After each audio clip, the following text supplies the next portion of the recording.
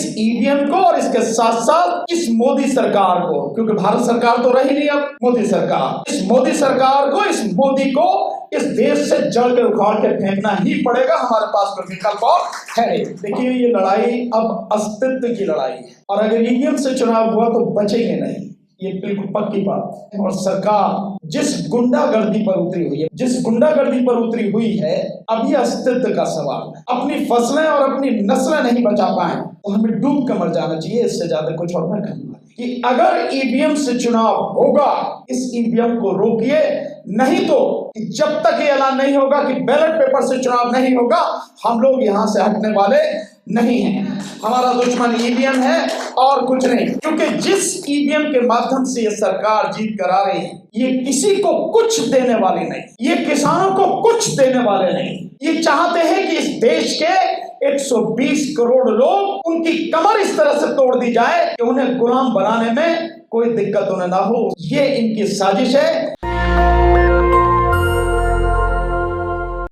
आदरणीय उदित राज जी, मंच पर बैठे हुए आदरणीय श्री गुरनाम सिंह चटनी जी, प्रोफेसर आनंद जी, भाई राजन पाल गौतम जी, श्री दीपक भावरिया जी, अन्य साथी और सामने बैठे हुए मेरे किसान संगठनों के साथी आदरणीय मनोज सहरावत, राणा जी, वीरेंद्र हुडा जी और भिन्न भिन्न संगठनों से आए साथी, और साथ में परमजी गुहार ठाकुरदा, बहुत ही विद्वान पत्रकार लेखक हैं, अन्य संगठनों के साथी। साथियों, मेरे 2-3 सुझाव हैं। देखिए, ये लड़ाई अब अस्तित्व की लड़ाई है।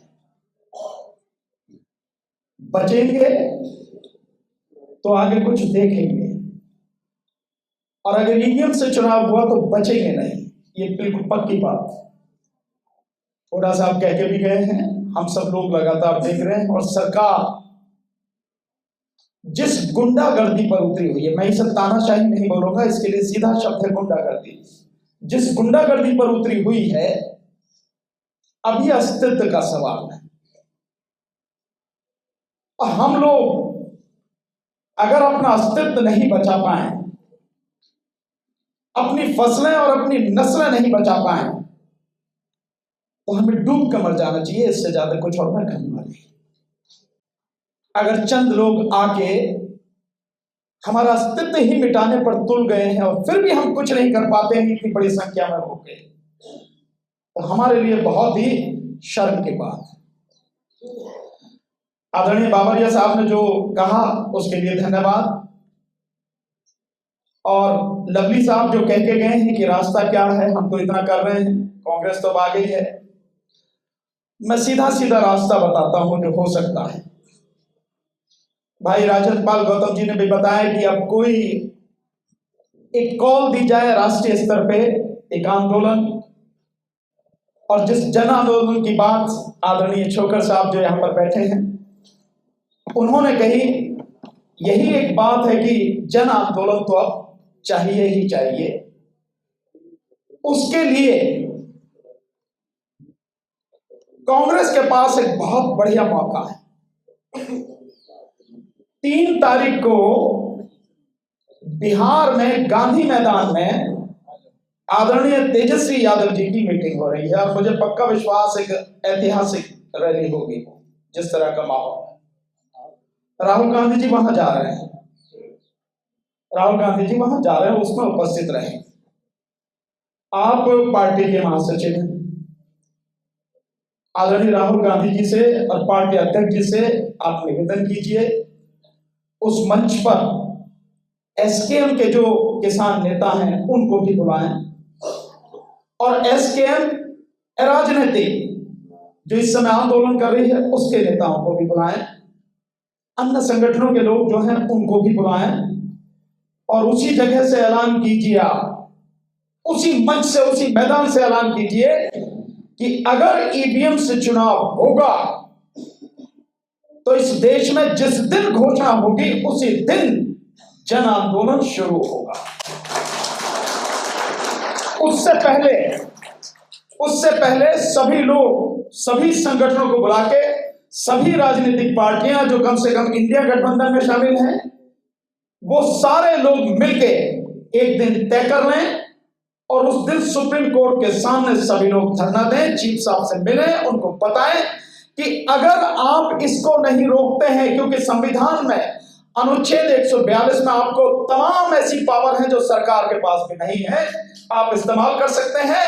उसका इस्तेमाल करके इस जो माहौल है इसको ठीक करने के लिए इस ईवीएम को रोकिए, नहीं तो देश में अगर जो कुछ भी होगा इसके बाद में उसके गुनहगार आप भी होंगे। कोई अपने आप को यह ना समझे कि वो कुछ नहीं कर सकता या कोई उसका गुनहगार नहीं है।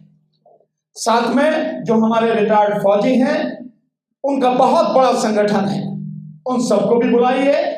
यूथ धीरे धीरे साथ में आ ही रहा है, एक कॉल कीजिए, सभी लोगों को बुलाइए और जो धरना प्रदर्शन हो उसके लिए एक डेट निश्चित कीजिए कि देश में हर जिले में, जिला मुख्यालय पर धरना प्रदर्शन हो। जो प्रदेश में इलेक्शन ऑफिसर्स के जो कार्यालय हैं, जो इलेक्शन कमीशन ऑफ इंडिया का इलेक्शन ऑफिसर है, वहां पर हो और वो धरना प्रदर्शन परमानेंट हो जाए, वहीं जम के बैठ जाए कि जब तक ये ऐलान नहीं होगा कि बैलेट पेपर से चुनाव नहीं होगा, हम लोग यहां से हटने वाले नहीं हैं। मैं किसी भी हालत में पर्ची मेरे हाथ में दो उसे मैं डालूंगा, इसके पक्ष में नहीं हूं। मेरा बहुत स्पष्ट है, इस देश में आबादी अनपढ़ है, उनको नहीं मालूम है कि मशीनें कैसे काम करती हैं, क्या कहानी है, पढ़े लिखों को भी मालूम नहीं है।